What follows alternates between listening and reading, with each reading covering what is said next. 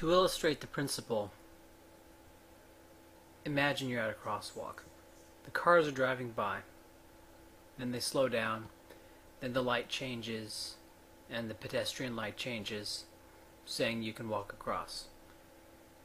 As you walk across, you can see the cars just a meter or two away from you, so close that you can feel the heat from their engines against your leg or whatever. If a car lurches forward and hits you, it can hurt. It doesn't lurch forward very fast, but the car is so heavy that the momentum would completely displace you at even slow speeds. If it hit you at the side of the knee, it could do some damage. What keeps these cars from lurching forward? The brakes. All of those brakes have to work, but also the driver. The driver has to keep his foot on the brake.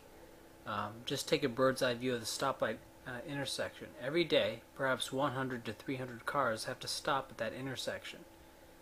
All of those brakes have to work. Drivers who are thinking about other things, who didn't get enough sleep, or doing other things while driving. As of May 2008, there were 883,600 police officers in the U.S. at the state, federal, and local levels. This means there is less than one police officer per 300 people. And if we assume half are on duty at any given moment, a rather generous assumption, we can presume there is about one police officer for every 600 people. Imagine a full high school auditorium for a pep rally or graduation ceremony or something like that. Depending on the size, there would be somewhere between 1 and 4 policemen in that auditorium. What is keeping that auditorium orderly? The police? How could they? There aren't enough of them.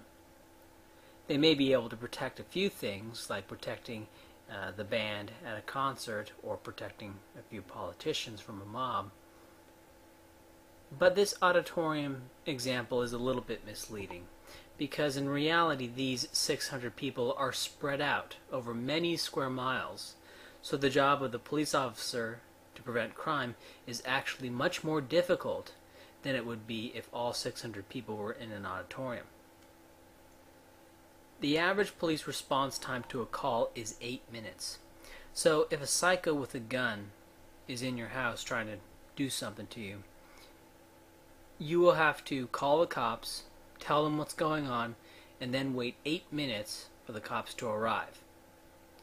If the cops arrive, they have no obligation to enter your house, and there's good reason to suspect that they won't.